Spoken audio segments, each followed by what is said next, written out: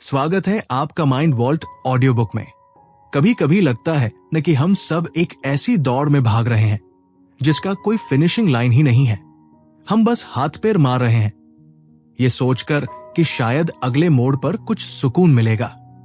पर असल में हम बस एक चक्के के अंदर भागते उस चूहे की तरह है जो थक तो रहा है पर पहुंच कहीं नहीं रहा।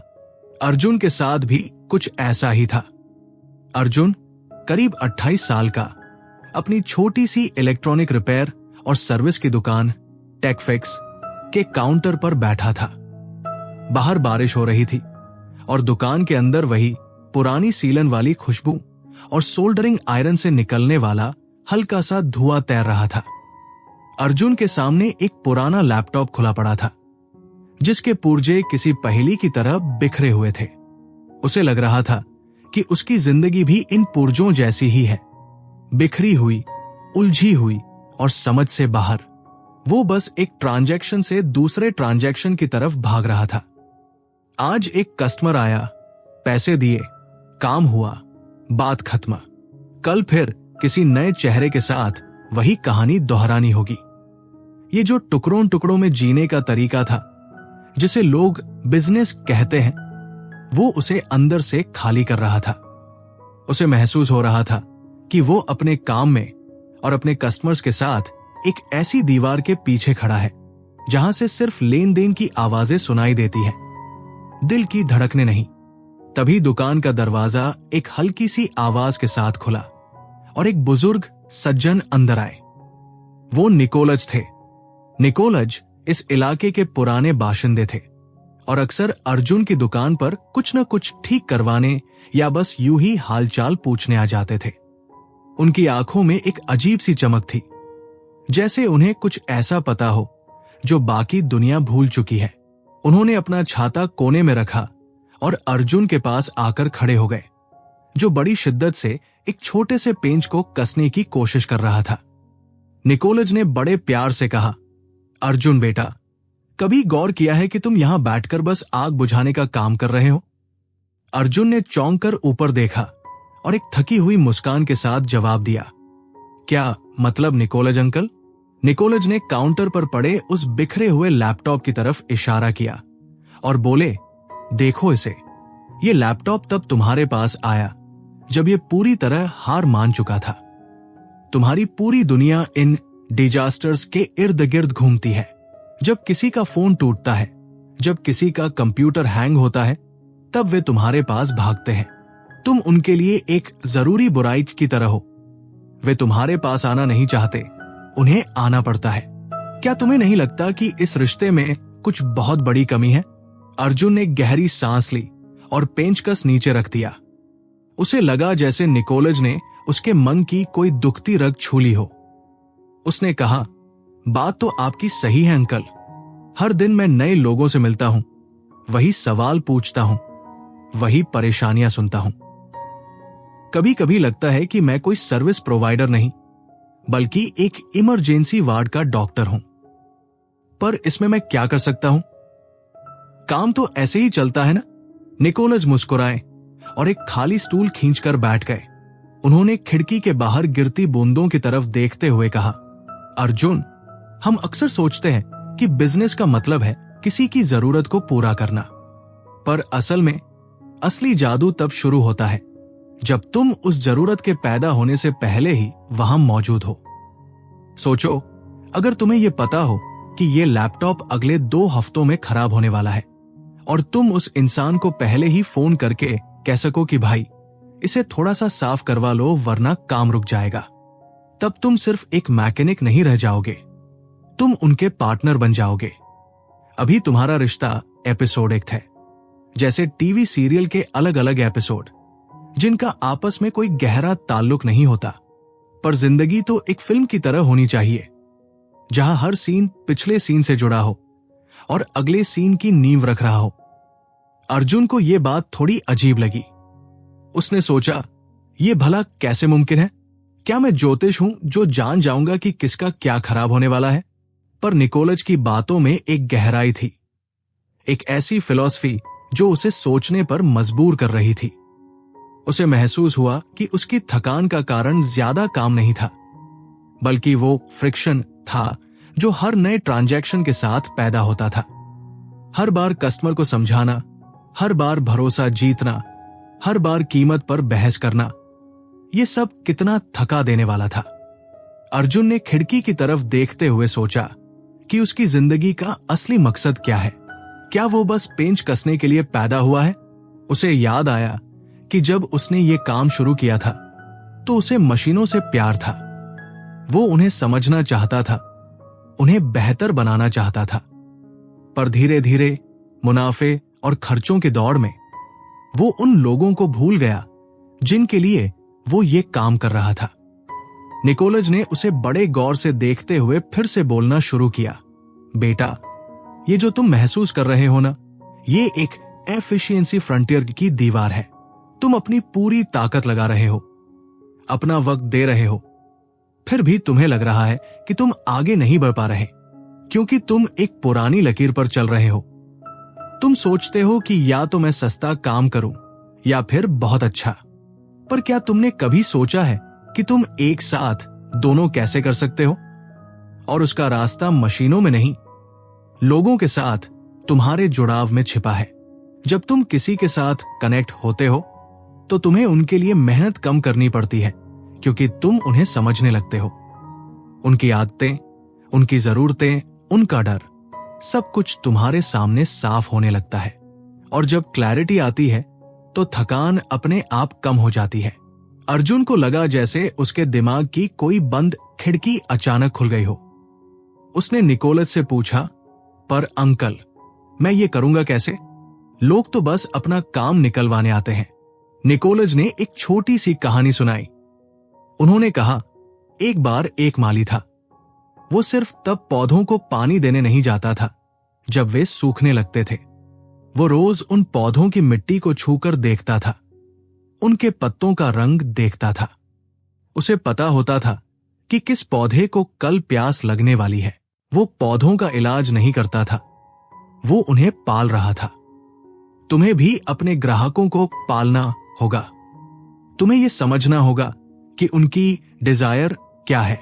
क्या वे बस एक ठीक हुआ लैपटॉप चाहते हैं, या वे एक ऐसा भरोसा चाहते हैं कि उनका काम कभी रुके ही ना? जब तुम उनकी इस गहरी इच्छा को समझ लोगे, तब तुम उन्हें वो ऑफर दे पाओगे जो उनके लिए बना है। इसे तुम क्यूरेटेड ऑफरिंग कह सकते हो, यानी उनकी जरूरत के हिसाब से बुना हुआ एक रास्ता। अर्जुन के मन में हलचल मच गई।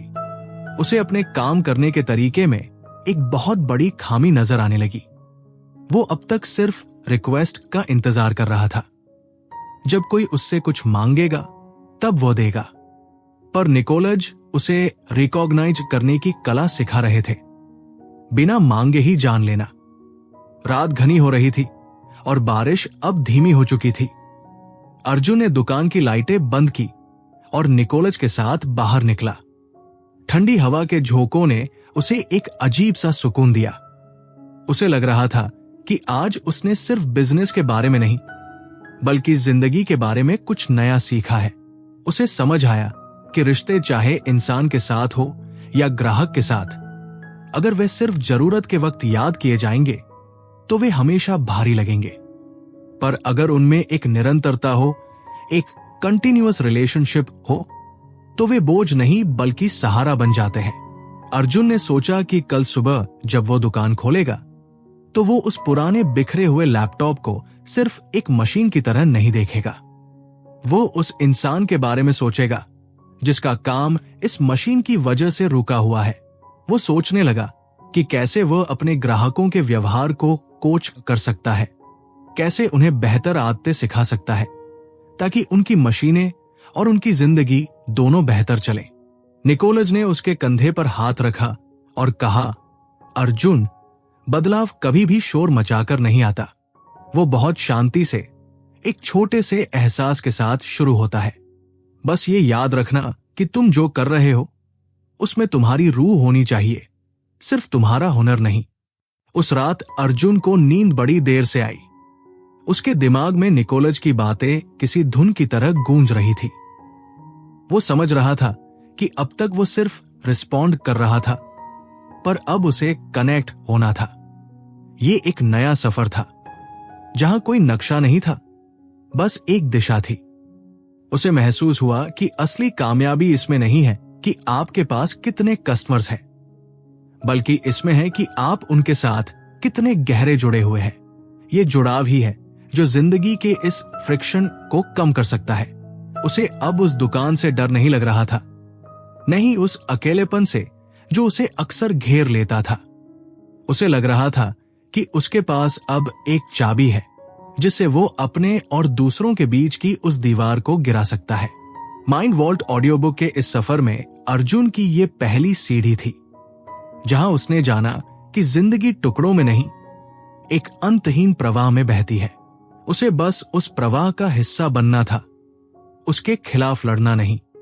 उसने आंखें मूंद ली और एक गहरी, सुकून भरी सांस ली, ये जानते हुए कि कल की सुबह कुछ अलग होगी। वो अब सिर्फ एक दुकान का मालिक नहीं था, वो एक ऐसे पुल का निर्माता बनने जा रहा था जो लोगों को उनकी जरूरतों से पहले ही जोड़ देगा।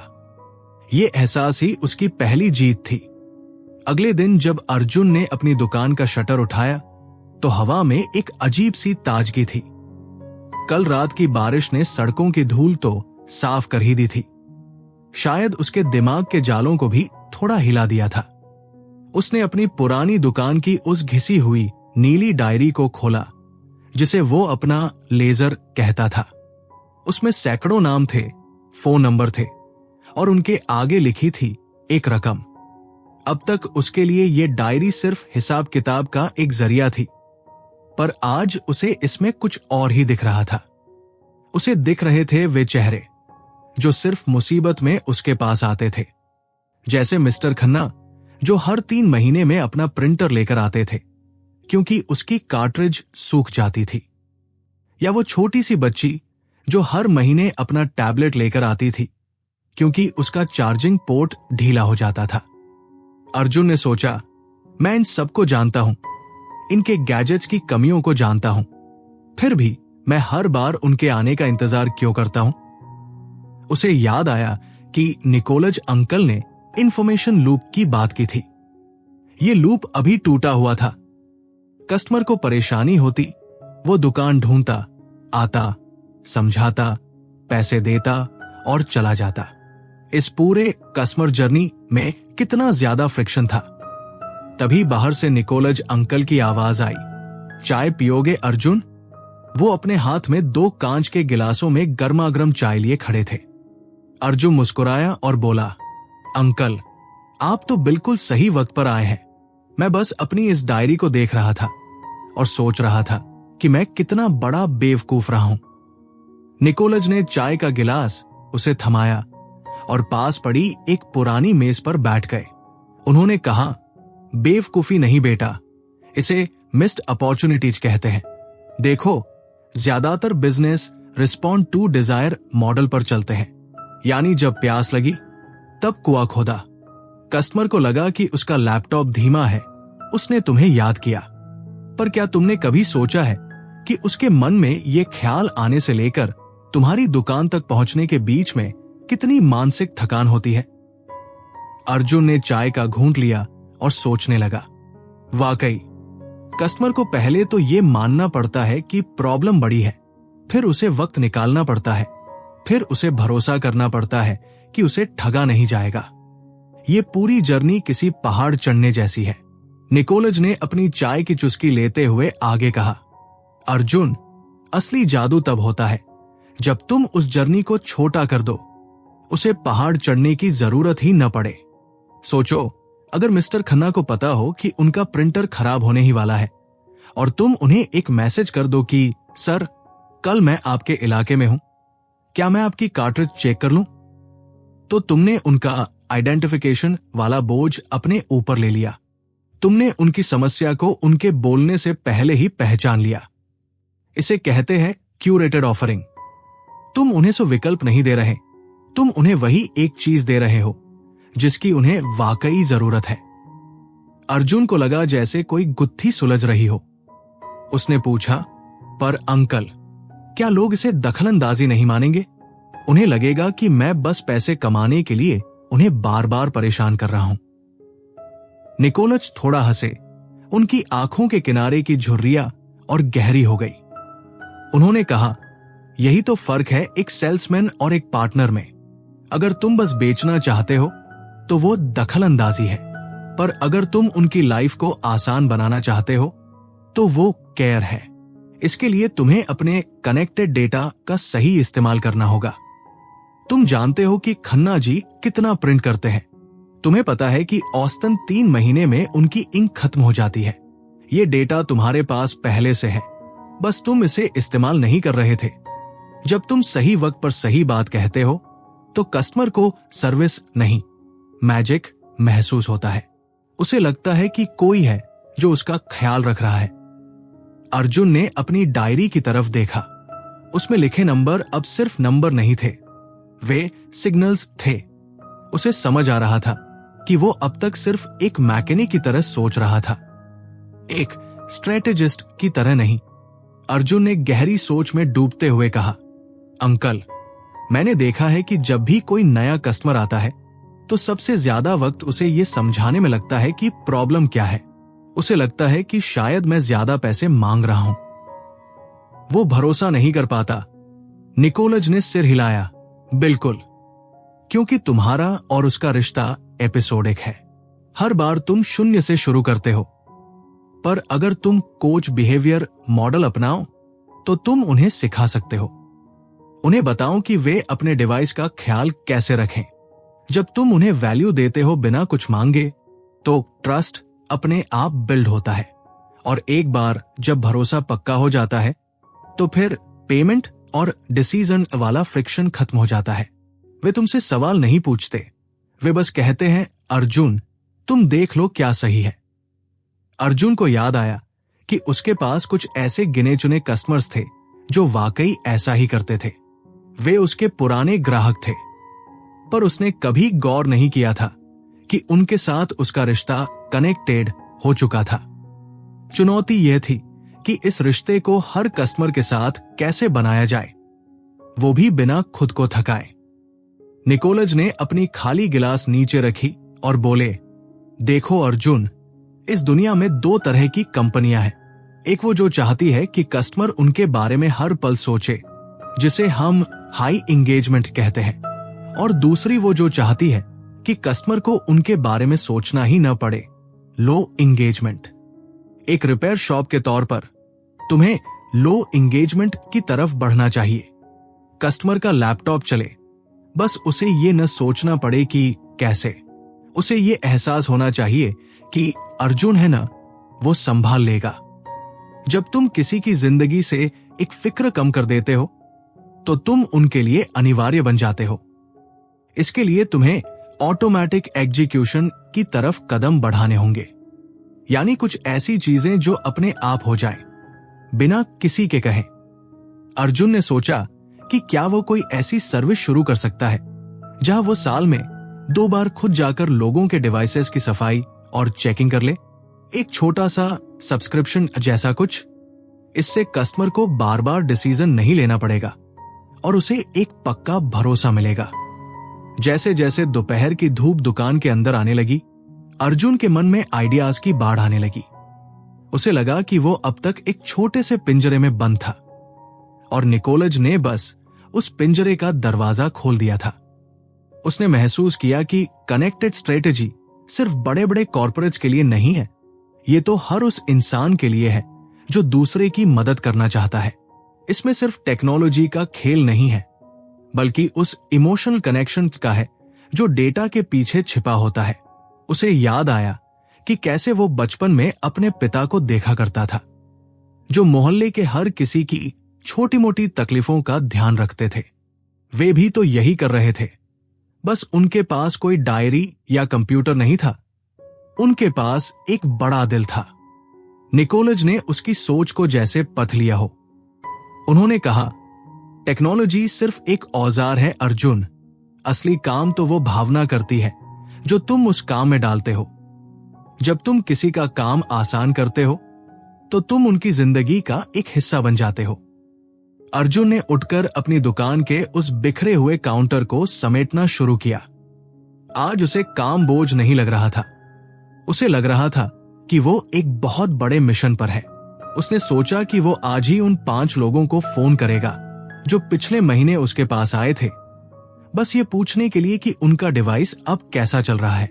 ये एक छोटा सा कदम था, पर उसे पता था कि ये एक बहुत बड़े बदलाव की शुरुआत है। निकोलज अंकल दुकान से बाहर जा रहे थे, तभी वे मुड़े और बोले, एक बात और याद रखना बेटा, इस सफर में तुम अकेले नहीं हो। जैसे जैसे तुम लोगों से जुड़ोगे, तुम देखोगे कि तुम्हारी खुद की थकान भी कम हो रही है, क्योंकि जब काम में मतलब मिल जाता है तो वो थकान नहीं, सुकून देता है। अर्जुन ने मुस्कुराकर उन्हें विदा किया। उसे अब उस चाय का स्वाद अपनी जुबान पर महसूस हो रहा था, और साथ ही उस नई सोच का भी जो उसके अंदर धीरे धीरे जड़ें जमा रही थी। वो समझ गया था कि सफलता का मतलब ज्यादा पैसा कमाना नहीं, बल्कि कम फ्रिक्शन वाली एक सुंदर जिंदगी बनाना है, अपने लिए भी और दूसरों के लिए भी। और इस कनेक्टेड दुनिया में हर कोई एक दूसरे की कहानी का हिस्सा है। वो अब तैयार था अपनी कहानी का अगला अध्याय लिखने के लिए। दुकान के उस छोटे से कोने में बैठकर, जहां पुरानी बैटरियों और टूटे हुए स्क्रीन का ढेर लगा रहता था, अर्जुन ने पहली बार गौर किया कि डेटा का असली मतलब क्या होता है। अब तक उसके लिए डेटा का मतलब था कस्टमर का नाम और नंबर, लेकिन निकोलज अंकल ने उसकी आंखों से एक पर्दा हटा दिया था। उसने महसूस किया कि ये सिर्फ जानकारी नहीं है, ये एक रिश्ते की धड़कन है। उस दोपहर दुकान में रोहन आया, एक युवा फ्रीलांसर जो हमेशा अपनी डेडलाइंस को लेकर परेशान रहता था। रोहन का कीबोर्ड कुछ बटन्स काम नहीं कर रहे थे। अर्जुन ने देखा कि रोहन के चेहरे पर वही चिरपरिचित तनाव था। अब तक अर्जुन बस कीबोर्ड बदल देता और बात खत्म हो जाती, यानी रिस्पोंड टू डिजायर। कस्टमर को प्यास लगी, उसने पानी मांगा और अर्जुन ने पानी दे दिया। पर आज अर्जुन कुछ अलग करना चाहता था। उसने रोहन से बस एक सवाल पूछा, रोहन भाई, पिछली बार भी आपका स्पेस बार अटक रहा था, क्या आप बहुत ज्यादा कॉफी पीते हैं काम करते वक्त? रोहन थोड़ा ठिठका, फिर हंसते हुए बोला, हाँ यार, रात भर जगना पड़ता है तो कॉफी ही सहारा होती है, और अक्सर थोड़ी बहुत गिर भी जाती है। यही वो इंफॉर्मेशन लूप था जिसे अर्जुन अब तक अनदेखा कर रहा था। अर्जुन ने महसूस किया कि समस्या कीबोर्ड में नहीं, बल्कि रोहन के काम करने के तरीके या उसकी आदतों में थी। उसने रोहन को एक छोटा सा सिलिकॉन कवर दिखाया और कहा, भाई, मैं कीबोर्ड तो ठीक कर दूंगा, पर अगर आप ये कवर इस्तेमाल करें तो आपकी कॉफी की छिटकन अंदर नहीं जाएगी। इससे आपका काम भी नहीं रुकेगा और आपको बार बार यहां आने की जरूरत भी नहीं पड़ेगी। रोहन की आंखों में जो चमक दिखी वो अर्जुन के लिए किसी बड़े मुनाफे से ज्यादा कीमती थी। रोहन ने कहा, यार अर्जुन, तूने तो मेरी सरदर्दी ही खत्म कर दी। मुझे तो पता भी नहीं था कि ऐसा कुछ आता है। यहां अर्जुन ने कोच बिहेवियर का इस्तेमाल किया था। उसने सिर्फ सामान नहीं बेचा, बल्कि रोहन को एक बेहतर रास्ता दिखाया। उसे समझ आया कि जब हम कस्टमर को शिक्षित करते हैं तो हम उनके लिए सिर्फ एक दुकानदार नहीं, बल्कि एक गाइड बन जाते हैं। शाम को जब निकोलज अंकल फिर से दुकान की तरफ आए तो अर्जुन ने उन्हें रोहन वाली बात बताई। निकोलज ने अपनी लाठी एक तरफ रखी और गहरी आवाज में बोले, अर्जुन, तुमने आज एक बहुत बड़ी दीवार लांघ ली है। तुमने ट्रांजैक्शन से एक्सपीरियंस की तरफ कदम बढ़ाया है। देखो, दुनिया में 4 तरह के जुड़ाव होते हैं।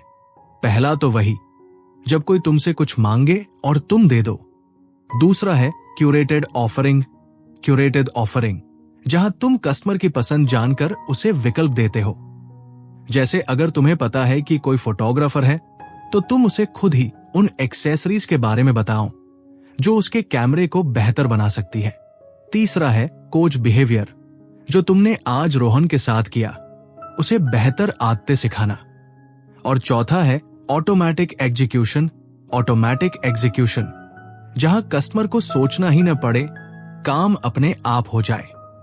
अर्जुन ध्यान से सुन रहा था। उसे लगा कि यह तो एक पूरी की पूरी फिलॉसफी है जो सिर्फ बिजनेस में नहीं बल्कि हर रिश्ते में लागू होती है। निकोलज ने अपनी बात आगे बढ़ाते हुए कहा, बेटा, सोचो अगर तुम्हारे पास एक ऐसा सिस्टम हो जहां तुम्हें पता चले कि मिसेस शर्मा के इन्वर्टर की बैटरी कब जवाब देने वाली है और तुम उनके पूछने से पहले ही उन्हें एक अपडेट भेज दो। क्या उन्हें यह बुरा लगेगा? बिल्कुल नहीं। उन्हें लगेगा कि अर्जुन मेरा ख्याल रख रहा है। इसे कहते हैं फ्रिक्शनलेस अनुभव। आज की दुनिया में सबसे बड़ी कीमत वक्त और मानसिक शांति की है। अगर तुम किसी की मानसिक शांति बढ़ा सकते हो तो तुम उनके लिए अनमोल हो। अर्जुन ने मुस्कुराते हुए कहा, पर अंकल, क्या इसके लिए मुझे बहुत महंगी मशीनों या सॉफ्टवेयर की जरूरत होगी? मैं तो एक छोटी सी दुकान चलाता हूं। निकोलज थोड़ा हंसे और अर्जुन के कंधे पर हाथ रखकर बोले, नहीं अर्जुन, इसके लिए बस एक कनेक्टेड माइंडसेट चाहिए। डेटा तो तुम्हारे दिमाग में भी हो सकता है, तुम्हारी उस नीली डायरी में भी। जरूरी यह है कि तुम उस जानकारी को एक्शन में कैसे बदलते हो। क्या तुम उस जानकारी का इस्तेमाल कस्टमर का बोझ कम करने के लिए कर रहे हो या सिर्फ अपना फायदा देखने के लिए? अर्जुन को अपनी पुरानी गलतियां याद आने लगी। वो अक्सर सोचता था कि अगर कस्टमर का सामान जल्दी खराब होगा तो वो जल्दी वापस आएगा और उसे ज्यादा पैसे मिलेंगे। ये कितनी छोटी सोच थी। निकोलज ने जैसे उसकी दुविधा भांप ली। याद रखना अर्जुन, वैल्यू क्रिएशन और वैल्यू कैप्चर के बीच एक बारीक लकीर होती है। अगर तुम सिर्फ पैसा पकड़ने की कोशिश करोगे तो तुम कभी बड़ी वैल्यू क्रिएट नहीं कर पाओगे। पर अगर तुम कस्टमर की जिंदगी को सच में आसान बना दोगे तो पैसा और भरोसा अपने आप तुम्हारे पीछे आएंगे। तुम्हें अपनी एफिशिएंसी बढ़ानी होगी, पर सिर्फ अपनी नहीं, अपने कस्टमर की भी। जब उनका काम सुचारू रूप से चलेगा तो तुम्हारी साख बढ़ेगी। अर्जुन ने खिड़की के बाहर देखा, जहां लोग अपनी अपनी धुन में भागे जा रहे थे। उसे लगा कि वो इस भागदौड़ को थोड़ा कम कर सकता है, कम से कम उन लोगों के लिए जो उसकी दुकान की दहलीज लांघते हैं। उस दिन अर्जुन ने तय किया कि वो अपनी दुकान को एक नया रूप देगा। वो अब सिर्फ फिक्सर नहीं रहेगा, वो एक कनेक्टर बनेगा। उसने अपनी डायरी में एक नया कॉलम बनाया, भविष्य की जरूरत। वो हर कस्टमर के साथ हुई बातचीत से ये समझने की कोशिश करने लगा कि आगे उन्हें किस चीज की परेशानी हो सकती है। उसने देखा कि जब वो लोगों से उनके काम और उनकी आदतों के बारे में बात करता है तो लोग ज्यादा खुल जाते हैं। वे अब उसे सिर्फ एक मैकेनिक नहीं समझते थे, वे उसे अपनी समस्याओं का साथी मानने लगे थे। एक अजीब सी खुशी अर्जुन के मन में समाने लगी थी। उसे लग रहा था कि उसका काम अब सिर्फ तारों और सर्किट तक सीमित नहीं है, वो इंसानी भावनाओं और भरोसे के सर्किट जोड़ रहा है। निकोलज अंकल ने जाते जाते एक आखिरी बात कही, अर्जुन, इस पूरे सफर में एक चीज हमेशा याद रखना, रिपीटेबिलिटी। यानी जो तुम आज कर रहे हो, क्या तुम उसे बार बार और हर किसी के लिए कर सकते हो? जब तुम एक प्रोसेस बना लेते हो तो तुम्हारा काम आसान हो जाता है और कस्टमर का अनुभव स्थिर रहता है। उसे पता होता है कि अर्जुन के पास जाने का मतलब है सुकून। अर्जुन ने उन शब्दों को अपने दिल में उतार लिया। वो समझ गया था कि असली कनेक्टेड स्ट्रेटेजी कोई किताबी ज्ञान नहीं, बल्कि एक व्यवहार है जिसे रोज जीना पड़ता है। उसे अब थकान महसूस नहीं हो रही थी, बल्कि एक नया उत्साह था।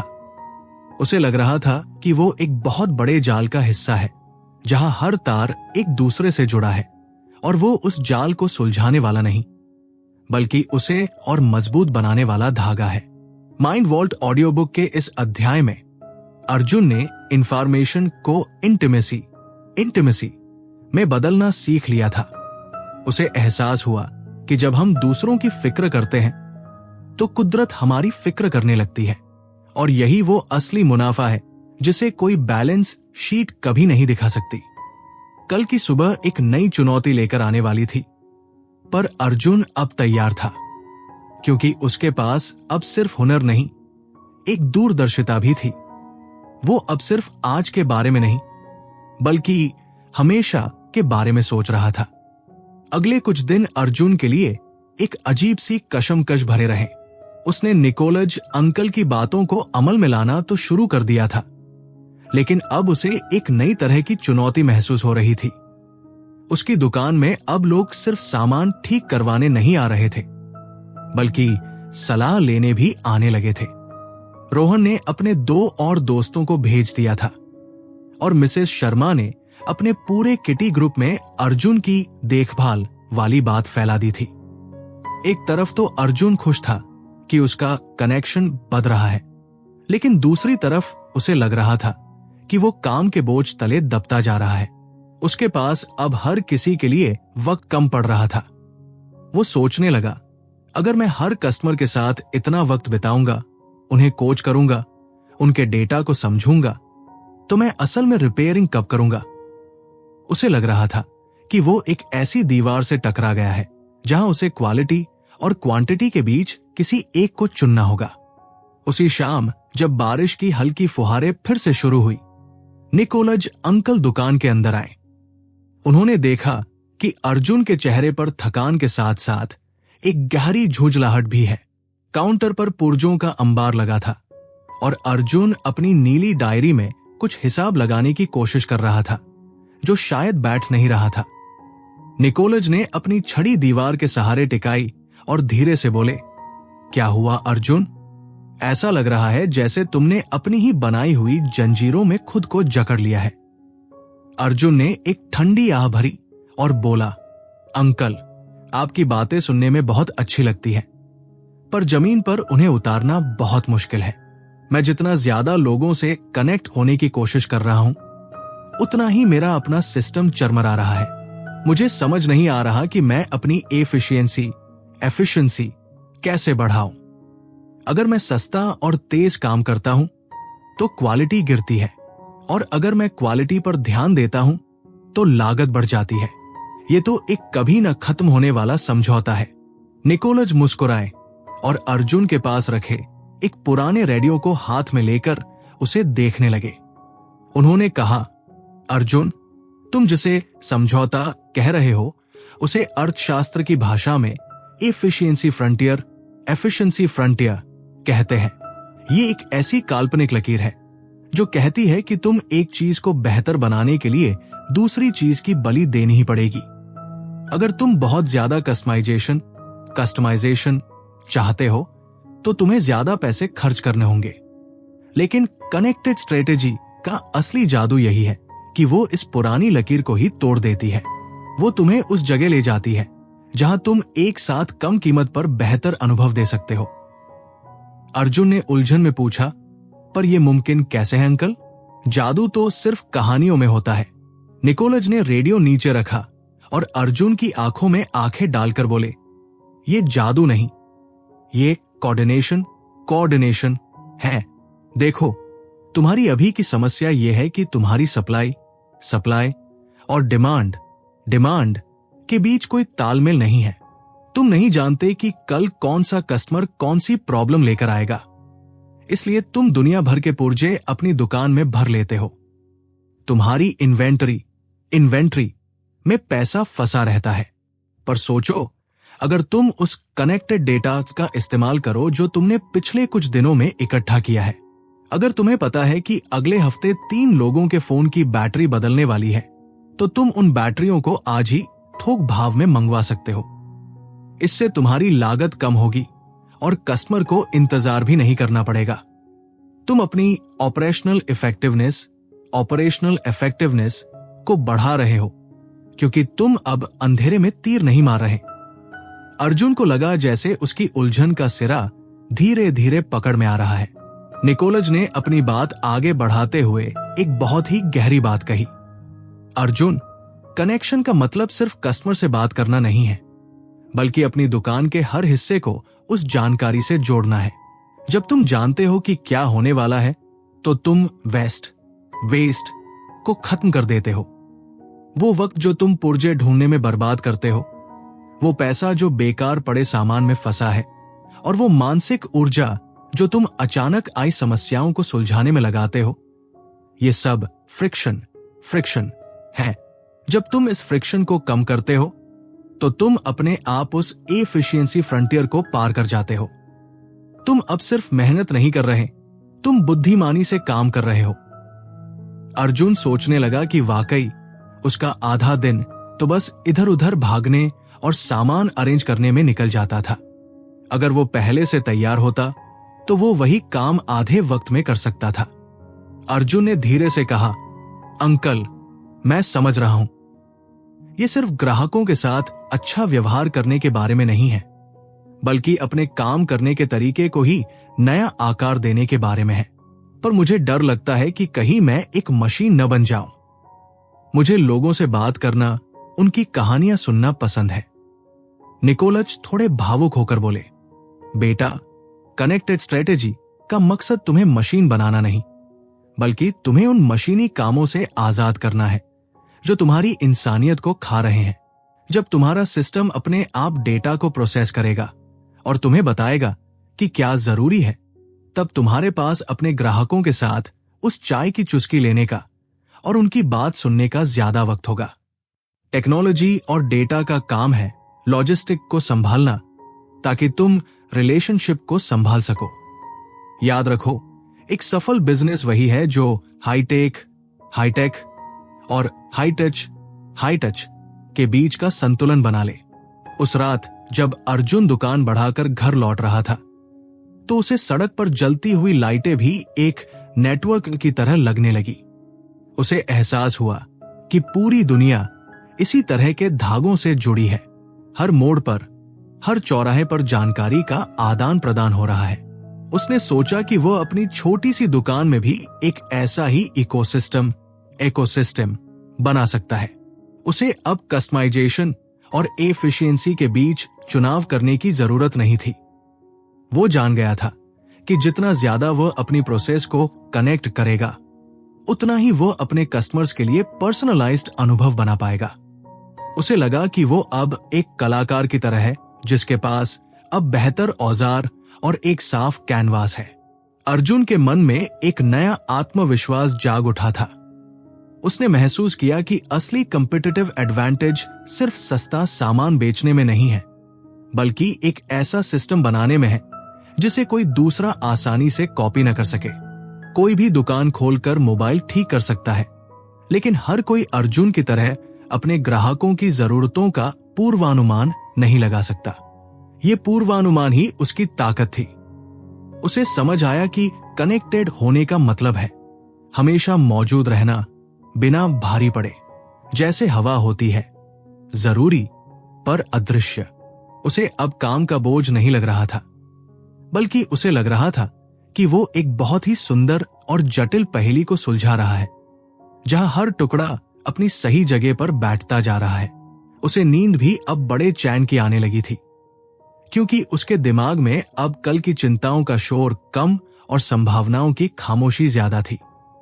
वो जान गया था कि कल की सुबह जब वो दुकान की चाबी घुमाएगा, तो वो सिर्फ एक शटर नहीं उठाएगा, बल्कि अपनी उस नई दुनिया का स्वागत करेगा जिसे उसने बड़े सब्र और समझ से बुनना शुरू किया है। निकोलज अंकल की वे बातें अब उसके जीवन का हिस्सा बन चुकी थी। एक ऐसा फिलॉसफी जो उसे हर दिन बेहतर बनने की प्रेरणा दे रही थी। वो अब सिर्फ एक मैकेनिक नहीं था, वो एक ऐसा स्ट्रैटेजिस्ट बन चुका था जो दिलों और मशीनों के बीच के पुल को मजबूती दे रहा था। अब मेरी दुकान पहले जैसी नहीं रही थी। वो जो पुरानी सीलन वाली खुशबू थी, वो अब ताजी कॉफी और एक नई तरह की ऊर्जा में बदल चुकी थी। काउंटर पर अब सिर्फ पेचकस और सोल्डरिंग आयरन नहीं थे, बल्कि एक छोटा सा टैबलेट भी था जिस पर मैं अपने कनेक्टेड ग्राहकों की प्रोफाइल देखता था। पर एक बात मुझे अंदर ही अंदर कचोट रही थी। जब मैं किसी का फोन ठीक करता था तो मुझे पैसे मिलते थे, यानी उनका नुकसान मेरा फायदा था। अगर किसी का लैपटॉप कभी खराब ही ना हो तो मेरी कमाई कैसे होगी? ये एक बहुत बड़ा कॉन्फ्लिक्ट था। मुझे लग रहा था कि मेरी पूरी कमाई लोगों की मुश्किलों पर टिकी है। क्या ये वाकई एक अच्छा रिश्ता है? क्या मैं सच में उनका भला चाह रहा हूं या मैं बस उनके खराब होने का इंतजार कर रहा हूं? उसी सुबह मिस्टर गुप्ता दुकान पर आए। वो थोड़े पुराने ख्यालात के इंसान हैं। उन्होंने मुझसे अपना पुराना डेस्कटॉप ठीक करवाया था और मैं उन्हें अपने नए मेंटेनेंस प्लान के बारे में समझा रहा था। मैंने उनसे कहा, गुप्ता जी, क्यों ना आप महीने के कुछ पैसे दें और आपकी मशीन की पूरी जिम्मेदारी मेरी, उसे कभी खराब ही नहीं होने दूंगा। गुप्ता जी ने अपनी ऐनक नाक पर टिकाई और संदेह भरी नजरों से मुझे देखा। उन्होंने कहा, अर्जुन, ये तो वही बात हुई न कि मैं तुम्हें पैसे दूं ताकि तुम कुछ न करो।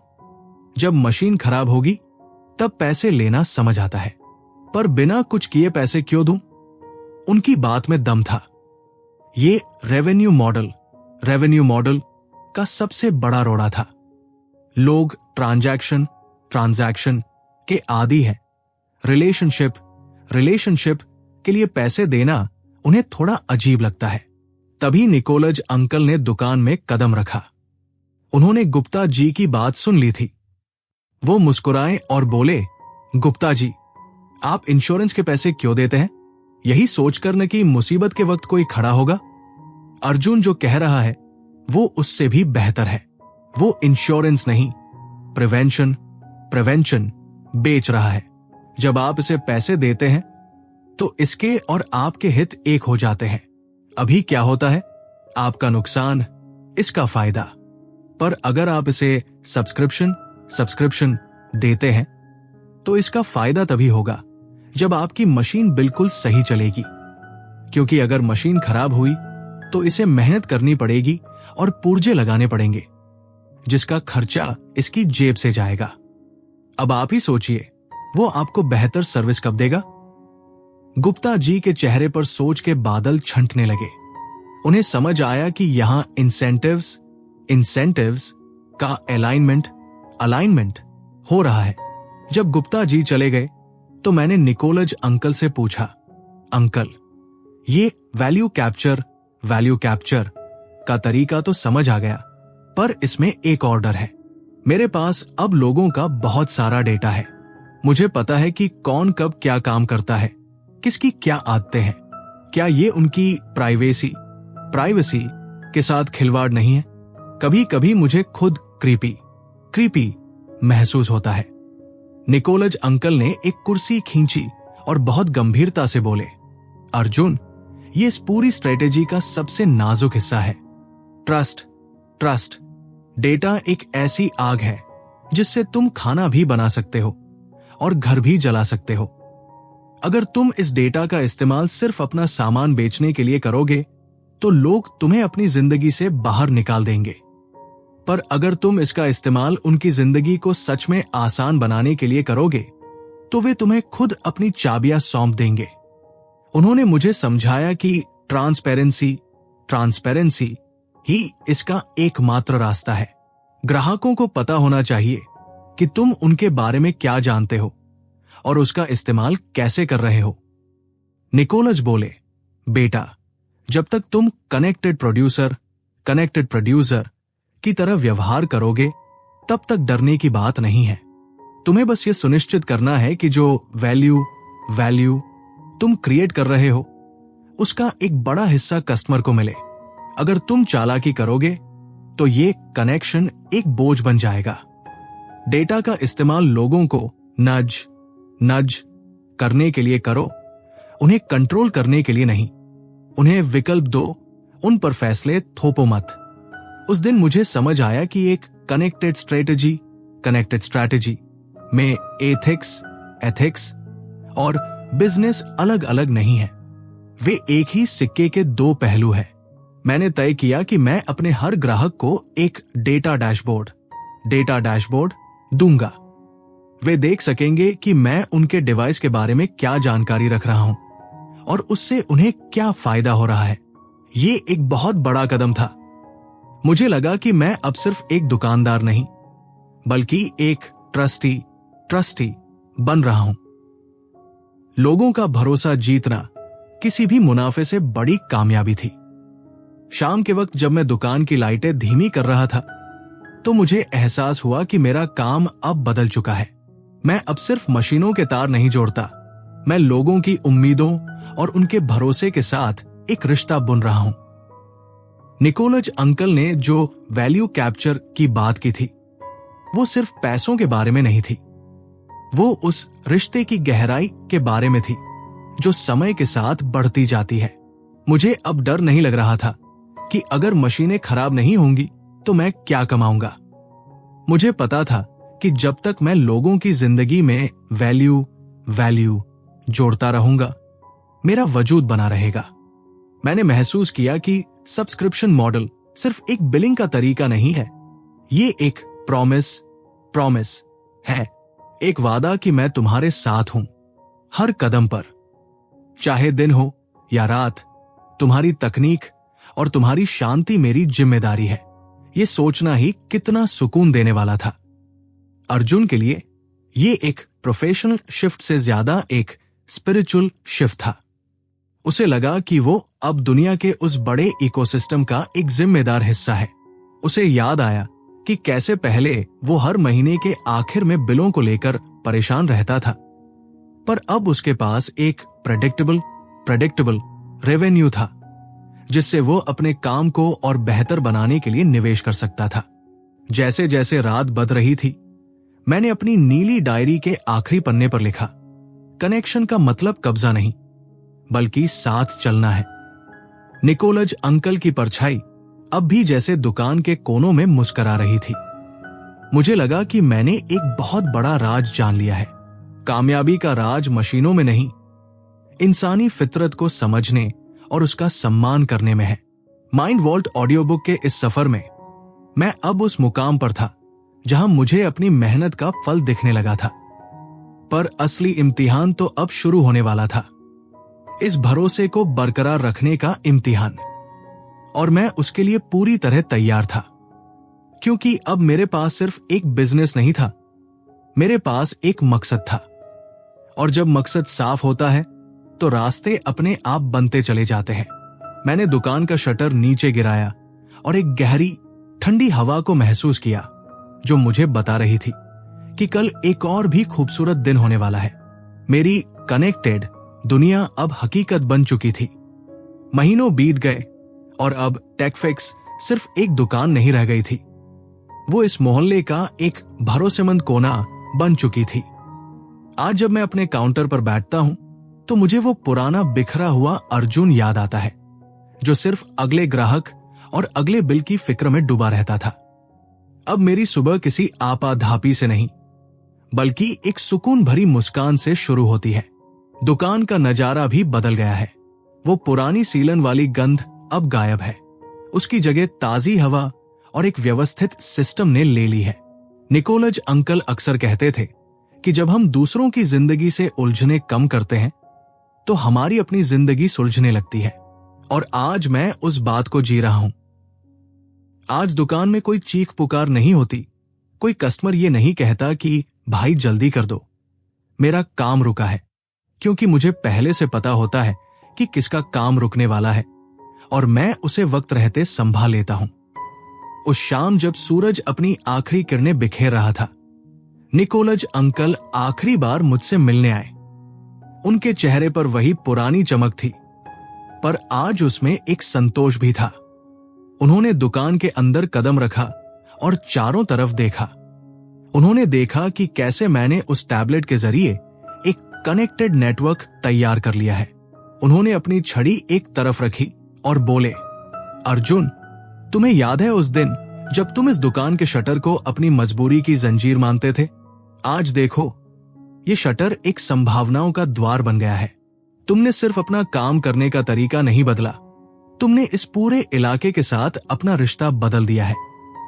मैंने उन्हें अपनी वही पुरानी नीली डायरी दिखाई जिसमें अब हर नाम के आगे सिर्फ हिसाब नहीं बल्कि एक कहानी लिखी थी। किसी के बच्चों की पढ़ाई का जिक्र था, तो किसी के बुढ़ापे की जरूरतों का। ये डेटा नहीं था, ये इंसानी जुड़ाव था जिसे मैंने तकनीक के धागे से पिरोया था। निकोलज अंकल ने एक गहरी सांस ली और बोले, बेटा, कनेक्टेड स्ट्रैटेजी का असली इनाम पैसा नहीं है, बल्कि वो वक्त है जो तुम्हें अब मिलता है। अब तुम मशीन की तरह काम नहीं करते, तुम एक कलाकार की तरह अपनी विरासत, लेगेसी बुन रहे हो। याद रखना, ये सफर कभी खत्म नहीं होता। ये एक ऐसा सिलसिला है जो हर दिन खुद को बेहतर बनाता है। दुनिया बदलती रहेगी, टेक्नोलॉजी बदलती रहेगी, पर जो तुमने सीखा है वो निरंतरता, कंटिन्यूटी और जुड़ाव की फिलॉसफी, वो कभी पुरानी नहीं होगी। तुम अब उस एफिशिएंसी फ्रंटियर के उस पार हो, जहां कंपटीशन का शोर नहीं, बल्कि कोऑपरेशन का संगीत सुनाई देता है। उनकी बातें सुनकर मुझे एहसास हुआ कि मैंने सिर्फ एक बिजनेस मॉडल नहीं सीखा था, बल्कि मैंने जिंदगी जीने की एक नई दृष्टि पाली थी। मुझे याद आया कि कैसे शुरू में मुझे डर लगता था कि अगर मैं इतना सब कुछ लोगों के लिए करूंगा तो क्या मुझे उसका सही फल मिलेगा। पर निकोलज अंकल ने सिखाया था कि जब हम वैल्यू बनाने पर ध्यान देते हैं तो कैप्चर करना अपने आप आसान हो जाता है। आज मेरे ग्राहक मेरे मार्केटिंग मैनेजर बन चुके हैं। वे खुद जाकर दूसरों को बताते हैं कि अर्जुन की दुकान पर जाओ, वहां सिर्फ सामान ठीक नहीं होता, वहां फिक्र भी की जाती है।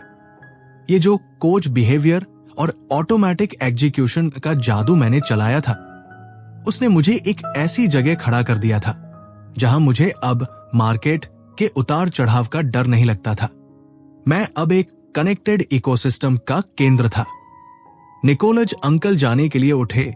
उन्होंने अपना हाथ मेरे सिर पर रखा और बड़ी कोमलता से बोले, अर्जुन, हमेशा याद रखना कि असली स्मार्टनेस मशीनों में नहीं, तुम्हारी उस नियत में है जो तुम हर ट्रांजैक्शन में डालते हो। डेटा सिर्फ एक जरिया है, मंजिल तो हमेशा से इंसान ही था और रहेगा। इस कनेक्शन को कभी टूटने मत देना।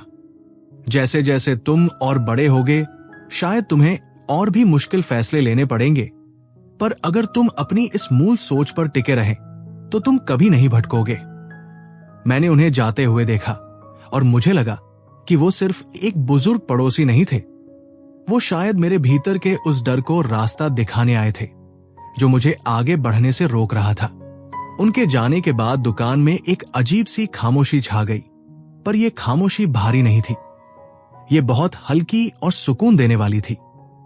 रात घनी हो रही थी।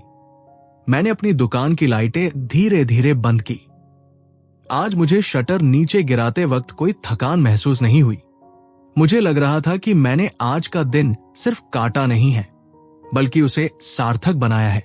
मैंने अपने फोन पर उन 5 लोगों को एक फाइनल मैसेज भेजा जिनकी मशीनों का अपडेट कल आना था। ये अब मेरे लिए काम नहीं, मेरी फितरत बन चुका था। मुझे एहसास हुआ कि जब हम दूसरों की राह के पत्थर हटाते हैं तो हमारे अपने रास्ते के कांटे अपने आप गायब हो जाते हैं। अर्जुन, जो कभी एक छोटे से कमरे में कैद महसूस करता था, अब इस पूरी दुनिया से जुड़ा हुआ महसूस कर रहा था। ये जुड़ाव ही उसकी सबसे बड़ी ताकत थी।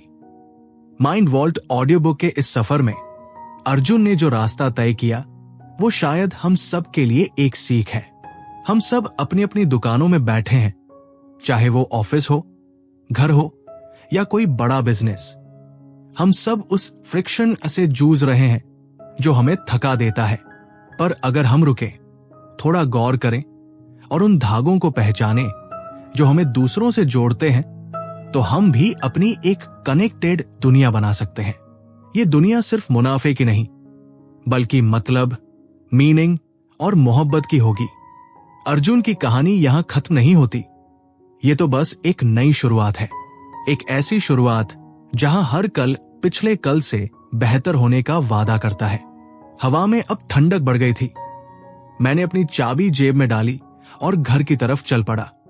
रास्ते में पड़ने वाले हर पेड़, हर लाइट पोल और हर गुजरते इंसान को देखकर मुझे अब एक जुड़ाव महसूस हो रहा था। मुझे लग रहा था कि मैं अकेला नहीं हूं।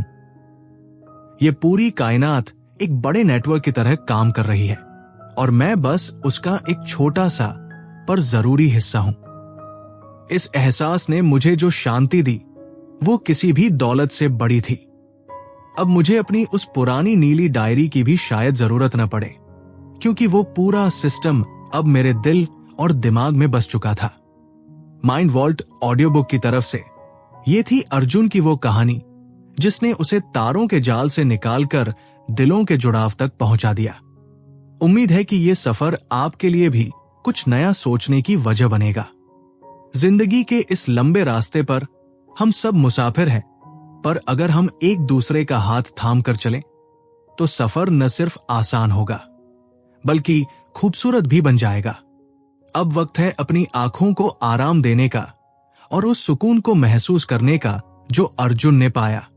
याद रखिए, बदलाव कभी रातों रात नहीं आता, पर एक छोटा सा सही कदम हमें एक बहुत बड़े और सुंदर भविष्य की ओर ले जा सकता है। शुभ रात्रि और अपना ख्याल रखिएगा, क्योंकि आप भी इस बड़े और खूबसूरत नेटवर्क का एक अनमोल हिस्सा है। नमस्ते।